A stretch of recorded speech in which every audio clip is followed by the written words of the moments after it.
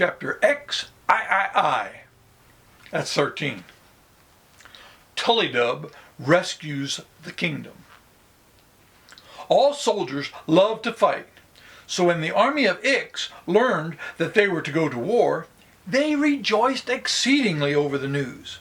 They polished up their swords and battle axes, and sewed all the missing buttons on their uniforms, and mended their socks, and had their hair cut, and were ready to march as soon as the Queen was ready to have them start.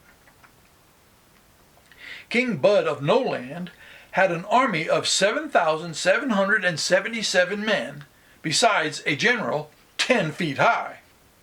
But the Queen of Ix had an army more than twice as big, and she decided to lead it in person, so that when she had conquered the city of Nole, she herself could seize the precious Magic Cloak which she so greatly coveted. See the picture? Yeah. You're not looking. See? That's where she rode.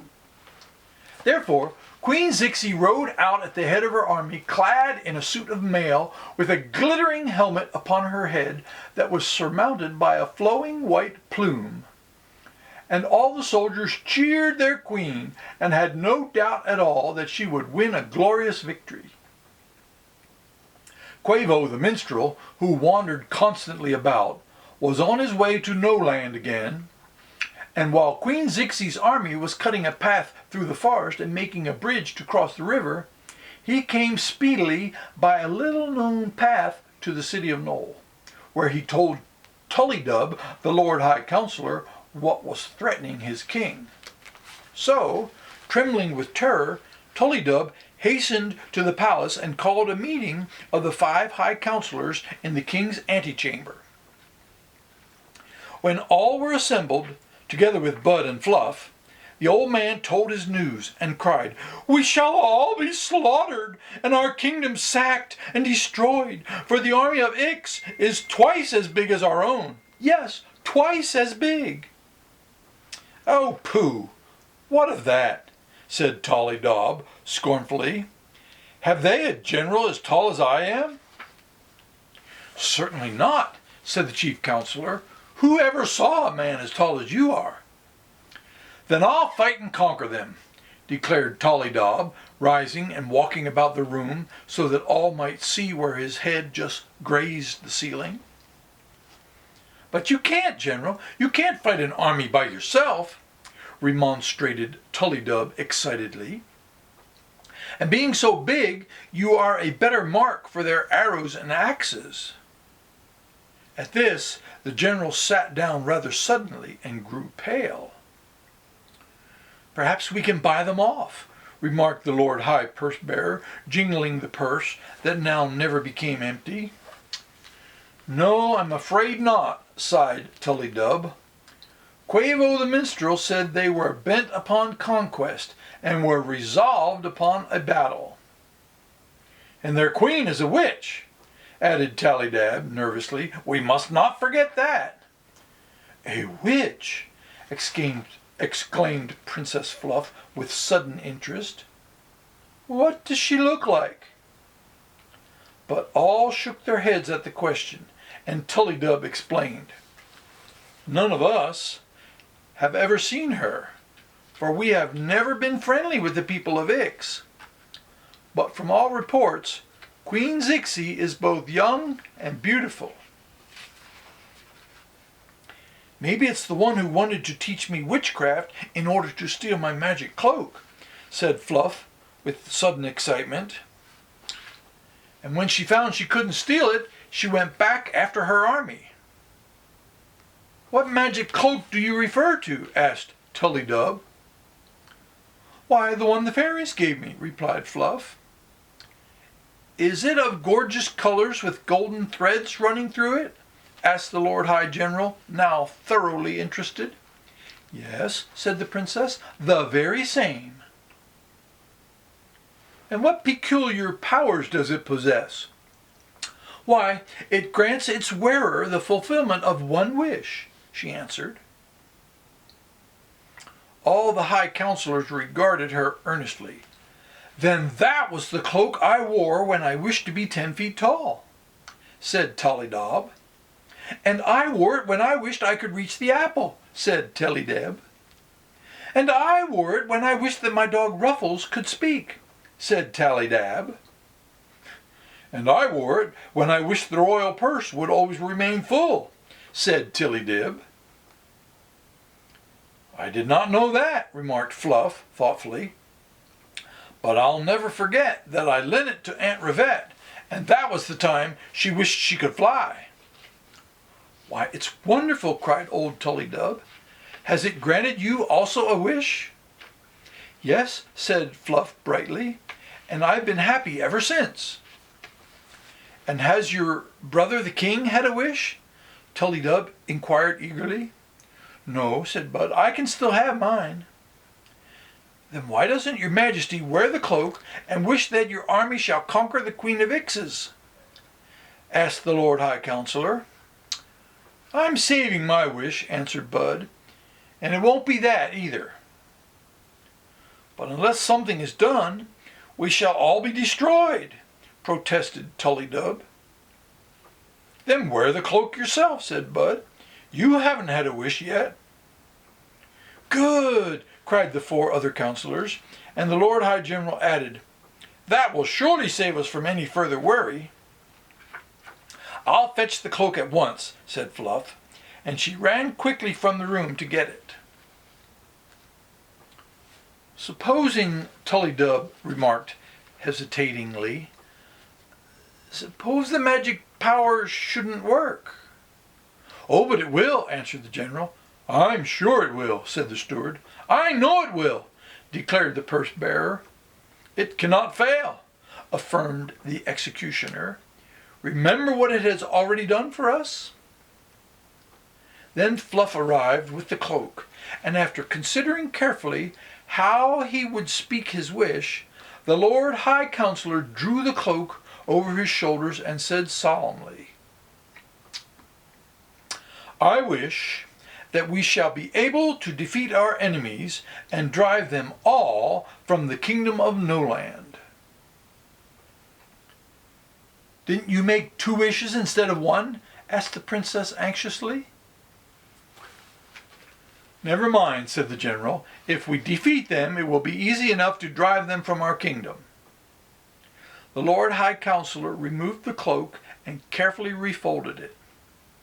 "If it grants my wish," he said thoughtfully, "it will indeed be lucky for our country that the Princess Fluff came to live in the palace of the king." The queen formed her men into a line of battle facing the army of Noel, and they were so numerous in comparison with their enemies that even the more timorous soldiers gained confidence and stood up straight and threw out their chests as if to show how brave they were. Then Queen ZIXI, clad in her flashing mail and mounted upon her magnificent white charger, rode slowly along the ranks, her white plume nodding gracefully with the motion of the horse.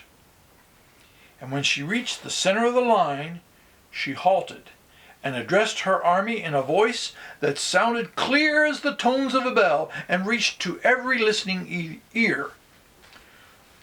"Soldiers of the land of Ix," she began, "we are about to engage in a great battle for conquest and glory. Before you lies the rich city of Noel, and when you have defeated yonder army and gained the gates, you may divide among yourselves all the plunder of gold and silver and jewels and precious stones that the place contains."